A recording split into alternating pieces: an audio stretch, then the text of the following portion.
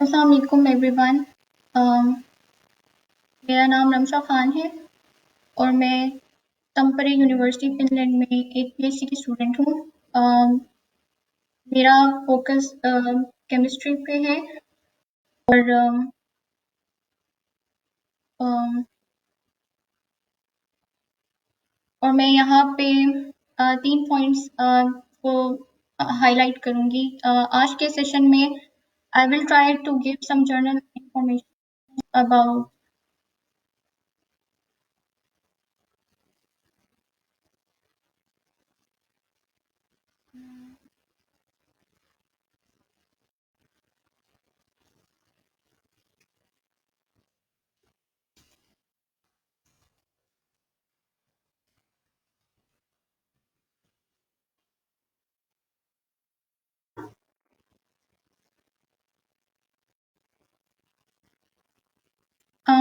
इस सेशन में I will try to cover 3 points के फिनलैंड में लाइफ कैसी है और यहाँ पे वर्क लाइफ और जो आपकी पर्सनल लाइफ है उसमें किस तरह का बैलेंस है। उसके अलावा आई विल ट्राई कि मैं एक ब्रीफ एक्सप्लेनेशन दे सकूं कि आप लोग मास्टर्स में एडमिशन के लिए किस तरह से अप्लाई कर सकते हैं। उसके अलावा मैं बताऊंगी कि पीएचडी में किस तरह की पोजीशंस आती हैं इधर और आप लोग किस तरह से पीएचडी की डिफरेंट पोजीशंस के लिए अप्लाई कर सकते हैं। At the end I will try to explain something कि आप लोग रेजिडेंस परमिट के लिए क्या प्रोसीजर फॉलो कर सकते हैं और किस तरह से आप लोग रेजिडेंस परमिट के लिए अप्लाई कर सकते हैं। सो सबसे पहले I will start from some general information about Finland so that you people can decide that whether it is worth it to come here और या फिर यहाँ पे आना अच्छा नहीं है। तो आप लोगों को फिनलैंड के बारे में इतना पता नहीं होगा बट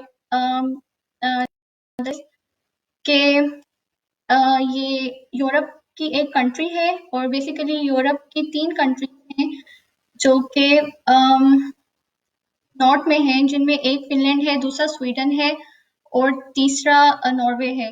सो ये यूरोप की नॉर्डिक कंट्रीज में से एक कंट्री है।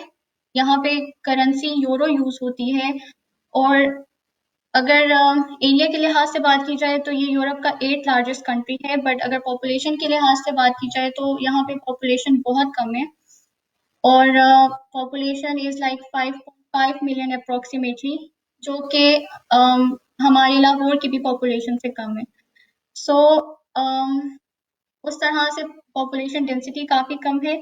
अगर बात की जाए यहाँ पे टेम्परेचर की, क्योंकि ये नॉर्थ में है कंट्री तो यहाँ पे ठंड बहुत ज़्यादा होती है। साल के 6 महीने यहाँ पे बर्फ पड़ती है और बाकी 6 महीने भी जो स्प्रिंग ये लोग कहते हैं सो कॉल्ड स्प्रिंग है, उसमें भी टेम्परेचर ऐसा होता है जैसा हमारा गर्मी से सर्दी में या सर्दी से गर्मी में ट्रांजिशन टेम्परेचर होता है वैसा टेम्परेचर यहाँ पे होता है।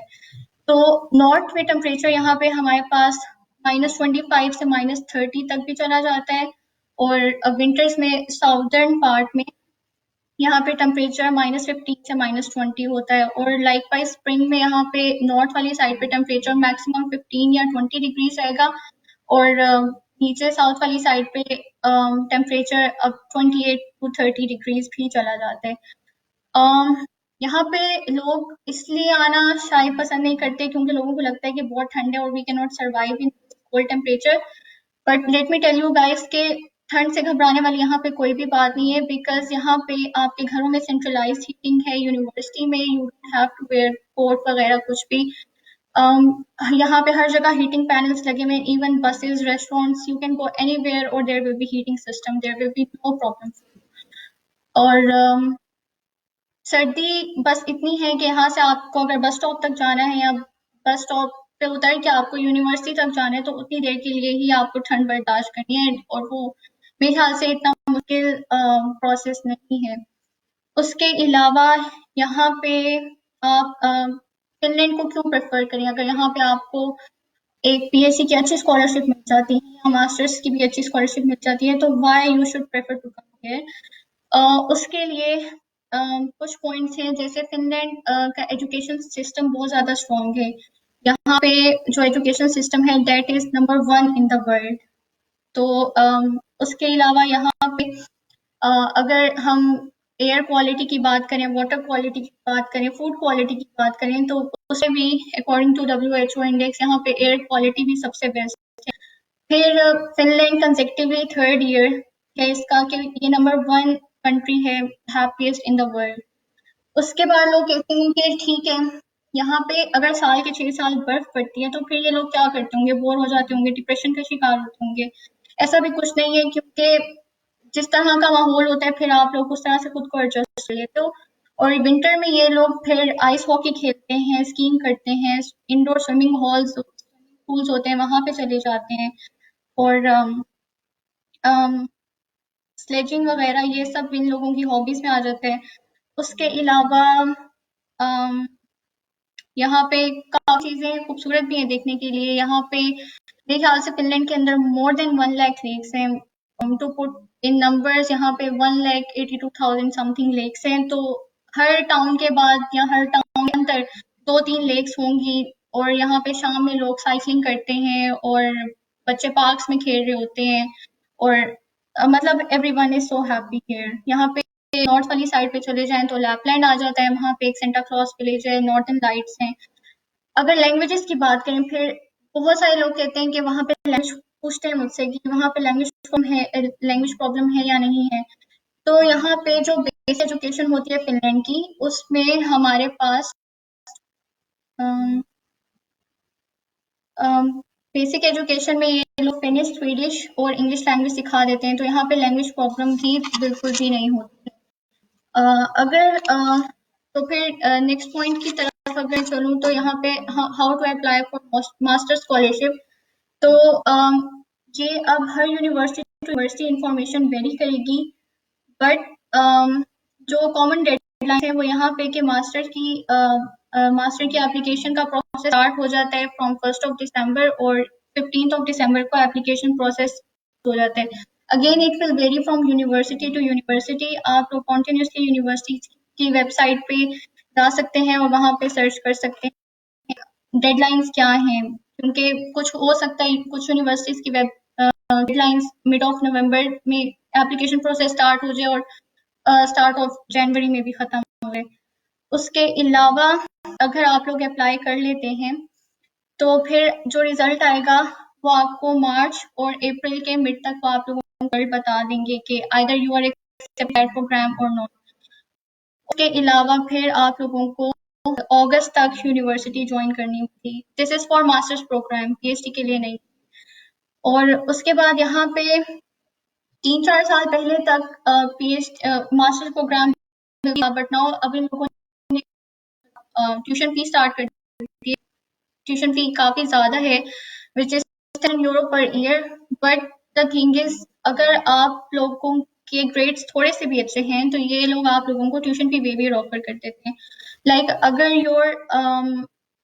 अगर आप लोगों के ग्रेड्स जीपीए 3 अबव है तो आप लोगों को ये लोग 75% और आई थिंक 100% भी ट्यूशन फी वेवर कर देते हैं। और अगर आपने कोई बहुत अच्छा प्रोजेक्ट भी किया हुआ है तो उसके साथ आप लोगों को स्टाइपेंड भी।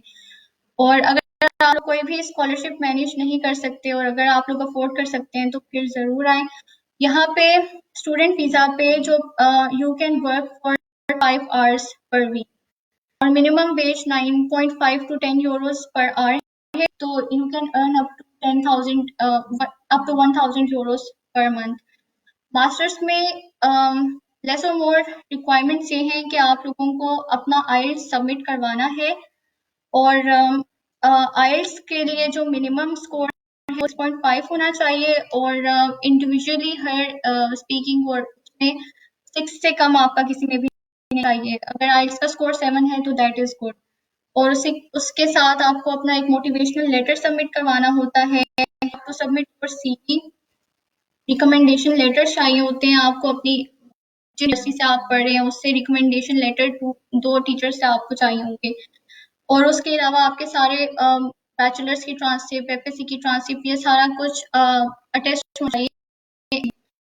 और आपके बोर्ड की जो डिग्रीज होती हैं वो बोर्ड ऑफिस से फिर आईबीसीसी के ऑफिस से होनी चाहिए। और एट द एंड अगर आपका एडमिशन हो जाए need to attest those documents from Ministry of Foreign Affairs. Masters के लिए ज़्यादातर information university to university vary करेगी ऑफ कोर्स, तो आप लोगों को अपना थोड़ा सा होमवर्क करना पड़ेगा। आप लोगों को डिफरेंट यूनिवर्सिटीज़ की वेबसाइट पे जाके वहाँ पे उनकी डेडलाइंस को देखना पड़ेगा। एक वेबसाइट है studyinfinland.fi, वहाँ पे आप लोगों को जावा का पूरा प्रोसीजर पता चल सकता है कि आप लोग किस तरह से अप्लाई कर सकते हैं और क्या क्या रिक्वायरमेंट्स होंगी। अगर आप लोगों को मास्टर्स में एडमिशन मिलता है तो फिर आप लोगों को स्टूडेंट वीज़ा मिलेगा which is resident permit type B, जिसमें आप लोग 25 आवर्स पर वीक काम कर सकेंगे और कुछ like you will have some income. Summer में you can free full time, तो समर में कोई भी रिस्ट्रिक्शन नहीं है कि आपने इतने आवर्स काम करने हैं और आप इतना कमा सकते हैं। There is no restriction in summer time. और समर यहाँ पे जून जुलाई अगस्त, ये 3 महीने आप लोग जितना मर्जी काम करना चाहें यू कैन वर्क। अगर यूनिवर्सिटी में आप लोगों को ड्यूरिंग मास्टर्स कोई स्कॉलरशिप ऑफर होती है तो उस पर भी आप लोग 100% काम कर सकते हैं। There is no time limit अगर आप यूनिवर्सिटी के अंदर शिप या आरशिप कर रहे हैं। और अगर आप लोगों का एडमिशन हो जाता है तो फिर यहाँ पे आप लोगों को आने के लिए एक बैंक स्टेटमेंट बनवानी पड़ेगी फॉर मास्टर्स। और यहाँ पे मास्टर्स के लिए 600 मतलब 1 महीने के रहने के लिए बहुत ज़्यादा मतलब इतना चाहिए ही होता है बिकॉज फिनलैंड थोड़ा सा महंगा है।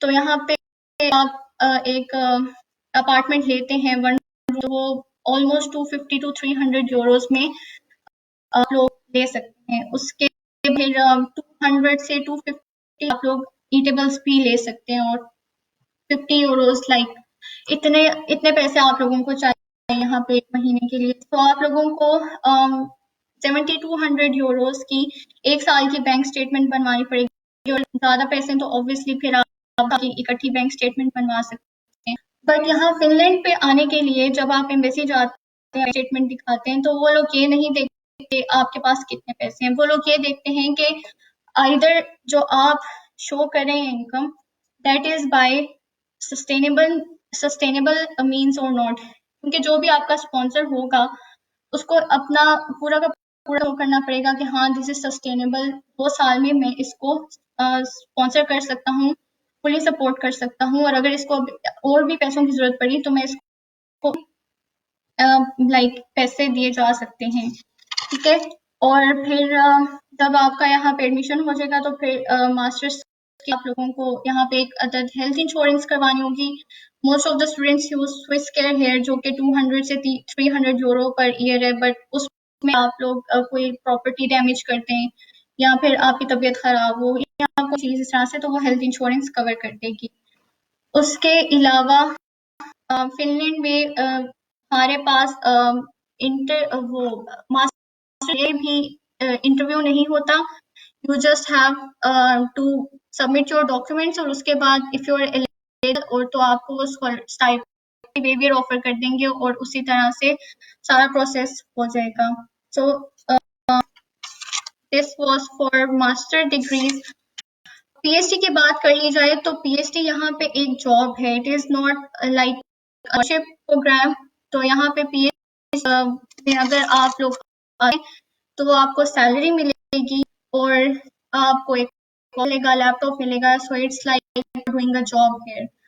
तो फिनलैंड में 4 तरह की पीएचडी पोजीशंस होती हैं। जो एक नंबर 1 पे अगर मैं बात करूं तो कुछ ओपन डॉक्टोरल पोजीशंस होती हैं, वो डिफरेंट यूनिवर्सिटीज अपनी डिफरेंट डिपार्टमेंट्स में वैकेंसीज निकालती हैं।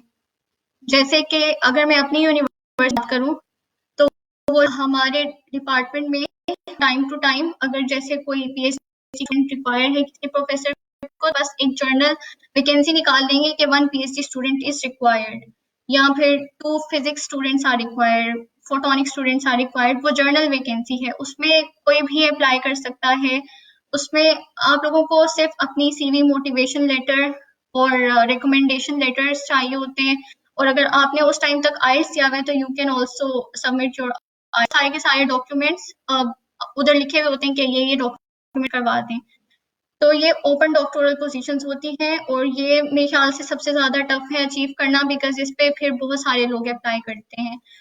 और उसके अलावा कुछ पोजीशंस होती हैं जो कि प्रोजेक्ट्स होते हैं, जैसे कि अभी किसी सुपरवाइजर ने प्रोजेक्ट लिखा और वो किसी फंडिंग एजेंसी को दिया, तो अगर वो प्रोजेक्ट अप्रूव हो गया तो वो किसी भी टाइम पे उसकी टाइम लिमिट नहीं है। मेजोरिटी प्रोजेक्ट्स जून जुलाई अगस्त में अगस्त में लाइन होती है, और फिर they want you to join from January, या अगर रेजिडेंस परमिट तब तक ना आए तो फरवरी तक आपको वो ज्वाइन करना होता है। और उस तरह से कुछ प्रोजेक्ट्स निकलते हैं फरवरी मार्च अप्रैल में, उनकी डेडलाइन अप्रैल है, और उसके लिए आपको फिर ज्वाइन करना होता है सितंबर या अक्टूबर में। फिर कुछ प्रोजेक्ट्स होते हैं जो ईआरसी के होते हैं और मैरी क्यूरी के प्रोग्राम्स होते हैं, तो वो भी इसी तरह से होता है कि सुपरवाइजर्स ने या जो पोटेंशियल प्रोफेसर होते हैं उन्होंने प्रोजेक्ट्स लिखे हुए होते हैं, तो फिर मैरी क्यूरी या ईआरसी में जाते हैं। अगर वो अप्रूव हो जाए तो फिर आप रिस्पेक्टिव यूनिवर्सिटीज में जा सकते हैं का प्रोजेक्ट करने के लिए। मैरी क्यूरी में सिर्फ मैरी क्यूरी में स्कॉलरशिप का जो स्टाइपेंड होता है वो काफी ज्यादा होता है, I think it's up to 3000 euros, but उसमें फिर पीएचडी 3 सालों में कंप्लीट करनी होती है, और अगर आप लोग 3 सालों में पीएचडी नहीं कंप्लीट करते तो फिर कोई भी फंडिंग एजेंसी आप लोगों को मजीद स्टाइपेंड नहीं देती। इसके अलावा जो फोर्थ मेथड है जिस तरह से आप लोग पीएचडी के लिए अप्लाई कर सकते हैं, वो ये है कि आप लोग प्रोफेसर्स को ईमेल करते हैं। अब ईमेल में मोस्ट ऑफ द स्टूडेंट्स ये गलती करते हैं कि एक ही ईमेल लिखते हैं और वो एक ही डिपार्टमेंट सारे के सारे टीचर्स को सेंड कर देते हैं। प्लीज डोंट डू दैट, ये बहुत बुरी रेपुटेशन बन जाती है पाकिस्तानी स्टूडेंट्स की, क्योंकि eight the end of the day क्या होगा कि प्रोफेसर सारे लंच ब्रेक पे जाएंगे और एक प्रोफेसर कहेगा कि मुझे इस स्टूडेंट की email I and he is from Pakistan, you are no longer student A B C here. तो दूसरा प्रोफेसर भी कहेगा कि हाँ मुझे भी ईमेल आई। अब और इसी तरह से अगर सबको ईमेल आई भी होगी तो दे विल बी, अगर किसी प्रोफेसर ने आपको सेलेक्ट भी करना होगा तो वो बिल्कुल भी नहीं करेगा, और even they will laugh at you, so please don't do that. It's बिल्कुल भी, ये काम बिल्कुल भी नहीं करना। आप लोग शॉर्ट ईमेल लिखें, प्रिसाइज लिखें, सीवी अपनी बहुत अच्छी सी बना के भेजें, और आप लोगों को साथ में एक मोटिवेशनल लेटर भी भेजना होगा सारे के सारे सुपरवाइज। अगर आप एक पोजीशन के लिए अप्लाई करें तो मोटिवेशन लेटर भी भेजना होगा। अगर आप किसी पीएचडी प्रोजेक्ट के लिए अप्लाई करते हैं तो उसमें हर प्रोजेक्ट में एक कोर्स एक डिस्क्रिप्शन होता है, जॉब डिस्क्रिप्शन, कि आपको इस प्रोजेक्ट में क्या करना होगा।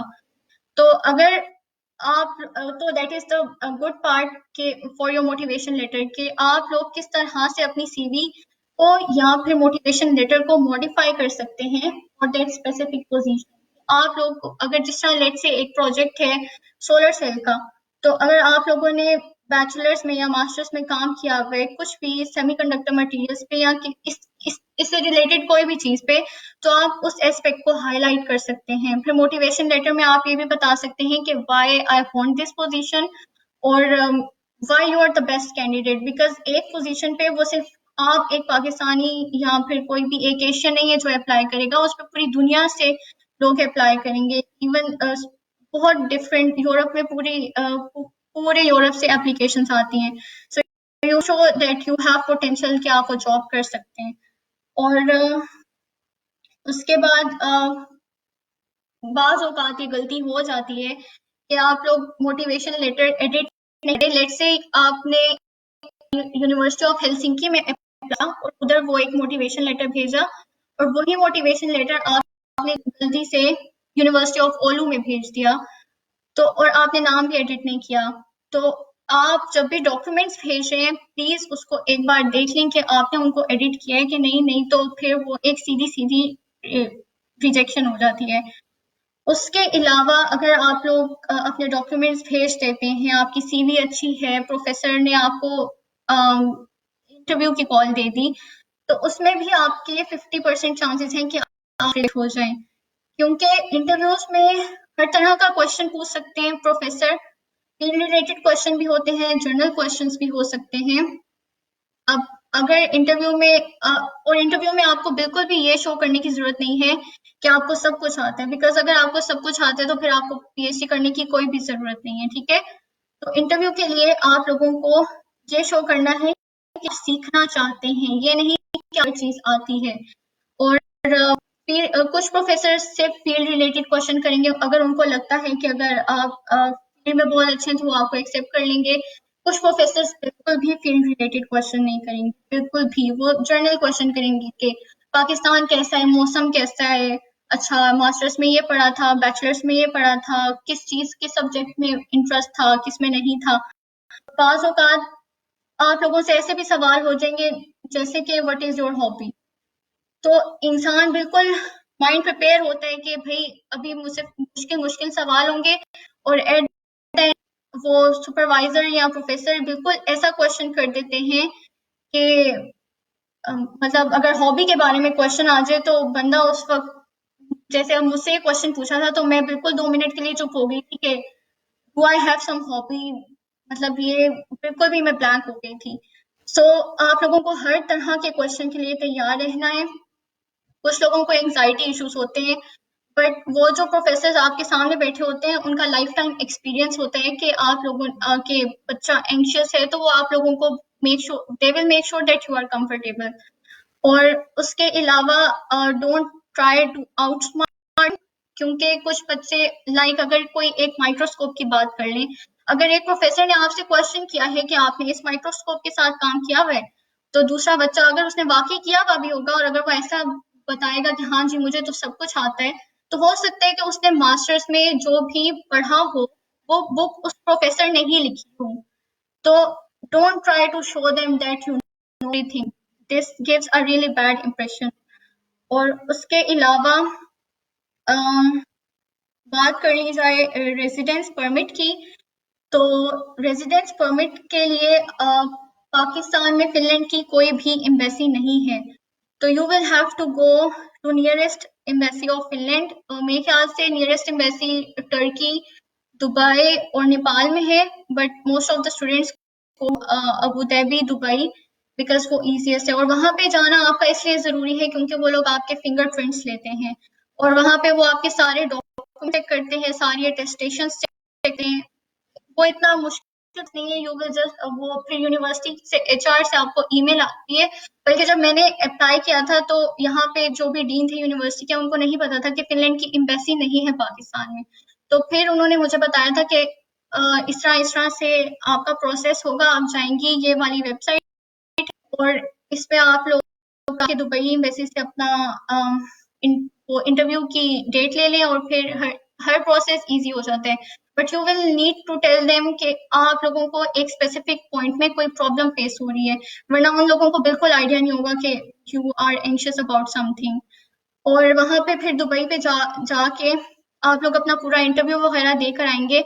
फिर उस 3 या 4 वीक्स बाद आपको पता चलेगा कि either they are giving you residence permit और नहीं। वो आपके वीजा का एक रिजल्ट ईमेल में आएगा और अगर वो आप लोगों को रेजिडेंस परमिट दे देते हैं तो फिर पाकिस्तान में ही आपको अपना वीजा कार्ड मिल जाएगा। वो टीसीएस कर देते हैं और आपके होम एड्रेस पे वो आप खुद ही कार्ड रिसीव कर सकते हैं। वो रिसीव नहीं कर सकता तो वो आपके घर पे ही आ जाएगा। You don't have to go by और टर्की अगेन कि आप लोग दोबारा अपना रेजिडेंस परमिट कार्ड लेने जाएंगे, नो। और फिर कुछ बात कर ले अगर रिसर्च कल्चर की, तो यहाँ पे रिसर्च कल्चर काफी स्ट्रॉन्ग है। लोग बहुत हेल्पिंग है। अगर आप लोगों को कोई भी प्रॉब्लम है तो आपके सुपरवाइजर आपकी बहुत ज्यादा हेल्प करेंगे। वो कभी भी ये नहीं कहेंगे कि अच्छा भाई तुम पीएचडी में आ गए हो तो तुम्हें ये नहीं आता, ऐसा कभी भी नहीं होगा। They want you to learn things. जब आप यहाँ से पीएचडी करके जाएंगे तो आपको खुद फील होगा, बल्कि अभी मैंने सिर्फ अपना फर्स्ट ईयर यहाँ पे कंप्लीट किया है और नाउ आई फील के आई नो समथिंग। मुझे सुपरवाइजर ने कभी भी नहीं डांटा, किसी को भी कभी भी नहीं डांटा, और जितनी भी बाहर प्रॉब्लम होती है सब सुपरवाइजर हेल्प करते हैं। अब यहाँ पे जिस तरह से मैं अकेली लड़की आई या फिर मेरी एक और कोलीग है वो भी टर्की सॉरी तुर्को में, एक यहाँ पे सिटी है तुर्को, वहाँ पे वो भी अकेली पीएचडी करने के लिए गई। तो सुपरवाइजर्स आर वेरी काइंड। वो आप जब आते हैं तो आपकी एकोमोडेशन का सारा प्रोसेस आप में उसकी हेल्प, आपकी हेल्प करते हैं उसमें। उसके अलावा अगर आप लोगों को कोई चीज चाहिए उसमें भी आपकी हेल्प करेंगे। आप लोगों का जो यहाँ पे क्योंकि यहाँ पे सैलरी मिलती है आप लोगों को, तो आपका बैंक अकाउंट भी वो खुलवाने में हेल्प करेंगे। इवन वो आपको हर जगह अपने साथ लेके भी जाएंगे, तो बिल्कुल भी परेशान होने की जरूरत नहीं है। So I will ask more and more girls to apply here for PhD eligible. और आप लोगों को बस अपने सीवी मतलब अगर ओपन पोजीशंस भी हैं या कोई प्रोजेक्ट भी है, या आप अगर प्रोफेसर को ईमेल भी कर रहे हैं, तो आपको अपनी CV, motivation letter, recommendation letters भेजने होंगे। और रिकमेंडेशन लेटर में कभी कभार ये सीन होता है कि रिकमेंडेशन लेटर आपके जो मास्टर्स के सुपरवाइजर्स होते हैं या मास्टर्स के जो भी टीचर्स हैं, उनको डायरेक्टली सेंड करने पड़ते हैं यहाँ पे यूनिवर्सिटी में। मतलब समटाइम्स इट्स अ रिक्वायरमेंट के प्रोफेसर्स खुद ही डायरेक्टली वो लेटर सेंड करें प्रोफेसर्स को ही, या कोई वेबसाइट गिवन होती है वहां पे अपलोड करने होते हैं। तो वहां पे आप लोगों को अपने पाकिस्तान के सुपरवाइजर्स को थोड़ा वर्क करना पड़ेगा कि प्लीज रिकमेंडेशन लेटर भेज दें, बिकॉज बाद में अगर पर्सनल भी अगर किसी डेफिशिएंसी की वजह से एडमिशन नहीं होता, तो फिर बच्चे बाद में ये कहते हैं कि भाई सुपरवाइजर ने रिकमेंडेशन लेटर नहीं भेजा था। वो भी केस हो सकता है, बट वो फिर आप लोगों को खुद उनको तंग करना पड़ेगा कि प्लीज भेज दें, प्लीज भेज दें। फिर बात कर ली जाए कुछ मोटिवेशन की, तो rejection is a part of this process. मेरे जैसे भी कुछ लोग तो अप्लाई करने से पहले ही ये कह देते हैं कि मैं अप्लाई नहीं कर रही बिकॉज मुझे पता है कि मैं रिजेक्ट हो जाऊंगी। ऐसा नहीं होता और ऐसा करना भी नहीं है। अगर आप लोग 10 जगहों पे अप्लाई करें और आपको 10 से 10 जगहों पे रिजेक्शन आ गई है, तो आप बस ये सोचें कि हो सकता है मेरे में कोई डेफिशिएंसी, हो सकता है मेरी सीवी ठीक नहीं है, हो सकता है मेरा मोटिवेशन लेटर इतना इंस्पायरिंग नहीं है कि मुझे प्रोफेसर रख नहीं रहा। बिकॉज बहुत सारी यूनिवर्सिटीज हैं, मैं सिर्फ फिनलैंड की बात नहीं कर रही, पूरी दुनिया में बहुत सारी यूनिवर्सिटीज हैं, बहुत सारी स्कॉलरशिप होती है, कहीं ना कहीं और कभी ना कहीं कभी मिल ही जाएगी। तो इसमें कोई भी डिसहार्ट होने वाली बात नहीं है कि मुझे मुझे पीएचडी में एडमिशन नहीं मिल रहा तो आई एम वर्थलेस। तो ऐसा कोई भी सीन नहीं है, क्योंकि रिजेक्शन सबको आती है, मुझे भी आई है। बहुत सारे जो हमारे पीएचडी कर रहे हैं बायो स्टूडेंट्स, उनको भी। तो इसमें कोई भी परेशान होने की जरूरत नहीं है कि रिजेक्शन आ गई तो अब क्या करना है। फोकस करें जो चीजें आप अचीव कर सकते हैं। आप अपनी सीवी बेटर कर सकते हैं। अभी सब क्वारंटीन में हैं, तो आप इस क्वारंटीन पीरियड को अवेल कर लें। आप लोग कुछ सॉफ्टवेयर सीख लें जो कि आपकी सीवी में आएंगे और वो आपके लिए हेल्पफुल होंगे। जैसे कि पाकिस्तान में सॉफ्टवेयर इतना सिखाती नहीं है यूनिवर्सिटीज, बट वो चीजें आप लोगों को यहाँ पे होती हैं कि काश हमारी यूनिवर्सिटी ने हमें ये वाला सॉफ्टवेयर यूज करना सिखाया होता। जैसे बेसिक रिसर्च सॉफ्टवेयर हैं, एंड नोट है, मेंडले फ्री ऑफ कॉस्ट है। तो आप लोग पेपर साइड करना हो तो आप मेंडले को यूज करें। तो वो आप लोग अगर किसी को आता है तो आप उनको बोलें वो सिखा दें आपको, क्योंकि अभी सारा कुछ ऑनलाइन हो रहा है। तो फिर I guess it is free of cost. उस पर आप लोग ग्रुप्स बना के सीख सकते हैं। आप लोगों को अपने रिजल्ट्स वगैरह बनाने हैं तो उसके लिए एक ओरिजिन सॉफ्टवेयर होता है, आप लोग वो सीख सकते हैं। अगर आप लोगों को इस तरह के सॉफ्टवेयर आते हैं तो आप लोग पिक्चर्स बनाने के लिए एडोबी सीख सकते हैं। अभी बहुत सारी अच्छी यूनिवर्सिटीज के बहुत सारे कोर्सेज ऑनलाइन हैं। आप लोग रिसर्च सॉफ्टवेयर होते हैं जैसे लाटेक्स हो गया, पाइथन हो गया, मैटलैब हो गई, ये चीजें भी सीख सकते हैं। और पीएचडी लेवल पे आके फील्ड्स बहुत ज्यादा कह के इंटरमिंगल सी होती हैं। जैसे कि एक प्रोजेक्ट है सोलर सेल्स का, तो अगर आप लोग प्लीज उसको खोल के जरूर देखें कि उसमें जॉब डिस्क्रिप्शन क्या चाहिए। क्योंकि बेशक एक सोलर सेल का प्रोजेक्ट है और आप लोग ये सोचेंगे कि यार मैं सॉफ्टवेयर इंजीनियरिंग का बंदा हूँ या मैं मैकेनिकल इंजीनियरिंग का बंदा हूँ तो मैं नहीं अप्लाई कर सकता। You are wrong. हो सकता है कि उसमें जो प्रोफेसर को रिक्वायर हो कि उसमें आप लोगों ने कुछ पैरामीटर्स की सिमुलेशन करनी है, मॉडलिंग करनी है, तो हो सकता है कि उसमें आप लोगों को पाइथन, उस प्रोजेक्ट में पाइथन या मैटलैब यूज होता हो।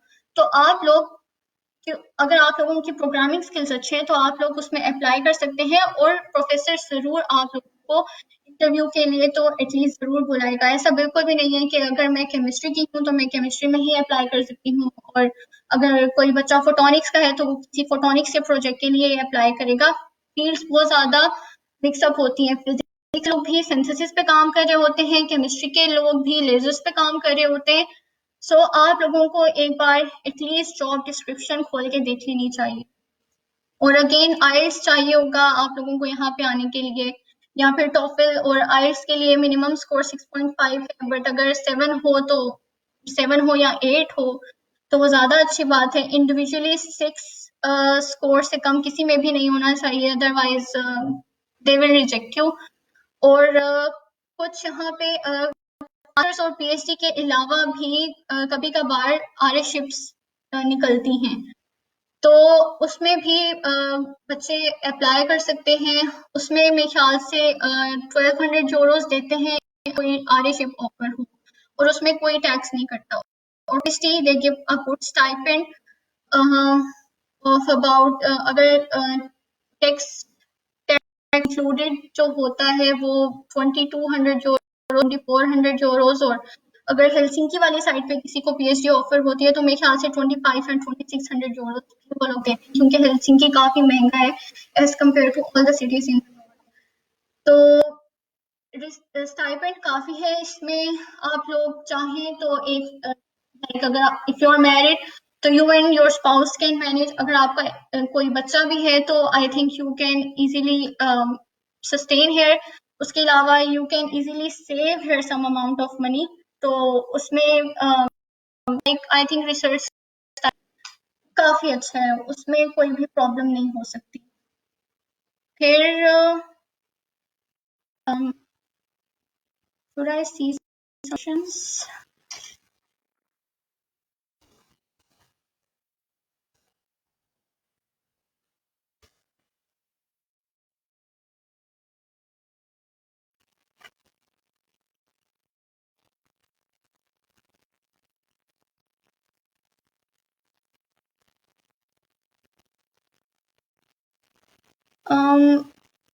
अगर अब मैं कुछ देखूं,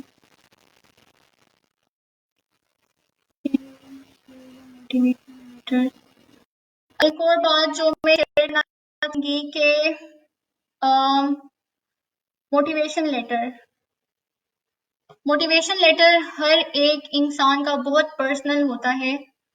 please share your motivation letter, क्योंकि जो आपकी मोटिवेशन एक स्पेसिफिक फील्ड के लिए या एक स्पेसिफिक प्रोजेक्ट के लिए, वो दूसरे की भी वैसी नहीं होगी। तो प्लीज मोटिवेशन लेटर अपना ना शो करें। और मोटिवेशन लेटर ज्यादातर प्रोफेसर्स या आप देखेंगे या मोटिवेशन लेंगे। तो अगर आप में ही कोई सीवी में मतलब कुछ मिसिंग है, तो आपकी मोटिवेशन लेटर देखेंगे। और प्लीज बहुत सॉरी ईमेल्स बहुत बड़ी बड़ी लिख के बिल्कुल ना भेजें। यहाँ पे प्रोफेसर्स बहुत बिजी होते हैं और वो बहुत वर्कहॉलिक होते हैं। अगर उनको एक बड़ी सी ईमेल के dear professor this and that and that and that and, तो एट द एंड उन्होंने आपकी सीवी ही खोल के देखी, और हो सकता है कि वो उस टाइम पे इतने फ्रस्ट्रेटेड हो चुके हुए किसी चीज से कि वो आपकी इतनी लंबी ईमेल लिखे और वो वैसे ही उसको जंक करते हैं। तो प्लीज बड़ी ईमेल्स लिखने की बिल्कुल भी ज़रूरत नहीं है। उसके अलावा अगर मैं अगर लाइक कोई पीएचडी का स्टूडेंट हो तो वो भी यहाँ पे एक्सचेंज के लिए आ सकते हैं और 6 मंथ्स वो भी एजेसी उसको फंड कर सकती है। उसके अलावा अगर आप लोग यहाँ पे पोस्ट डॉक के लिए अप्लाई करना चाहते हैं तो पोस्ट डॉक की भी वैसी ही पोजीशंस आती हैं जैसे पीएचडी के लिए आती हैं। तो पोस्ट डॉक में भी मतलब यही है कि प्रोफेसर ने प्रोजेक्ट लिखा, उसमें फंडिंग आई, तो पीएचडी की एक वैकेंसी निकली उसी तरह से पोस्ट डॉक की भी 1 या 2 वैकेंसीज निकल जाएंगी। मैक्सिमम पोस्ट डॉक की जो पोजीशंस हैं, वो जो टाइम पीरियड होता है वो 2 इयर्स होता है। बट उसके बाद अगर आप लोग यहाँ पे मजीद रहना चाहते हैं तो for funding at Academy of Finland. और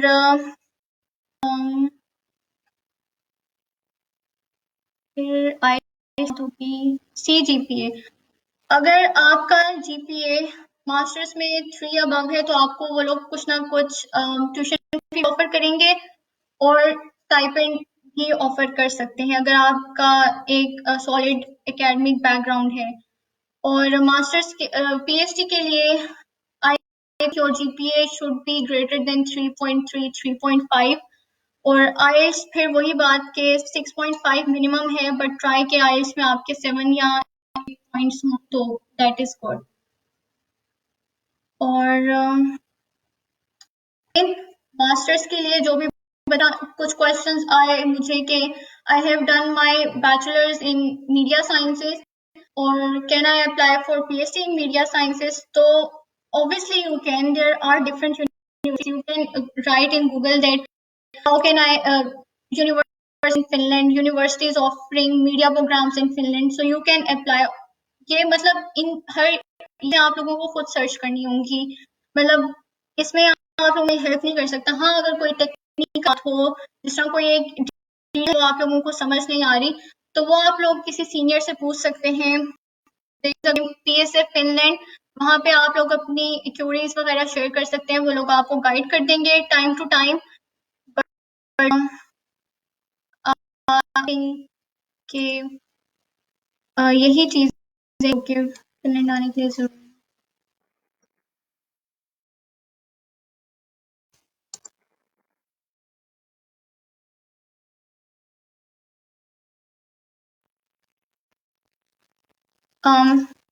date of PhD scholarships in Finland. PhD यहाँ पे स्कॉलरशिप जॉब है और वो टाइम टू टाइम आती रहती है। जिस तरह से अगर किसी प्रोफेसर ने एक फंडिंग एजेंसी के लिए अप्लाई किया हुआ है और अगर उनको फंडिंग आती है तो वो उसी टाइम पे अपनी पीएचडी की पोजीशन और पोस्ट डॉक की पोजीशन ऑफर करते हैं। So I think that is all and if you have any questions तो वो आप लिख सकते हैं इधर। सो you all a very blessed Ramadan. Please stay home, stay safe, and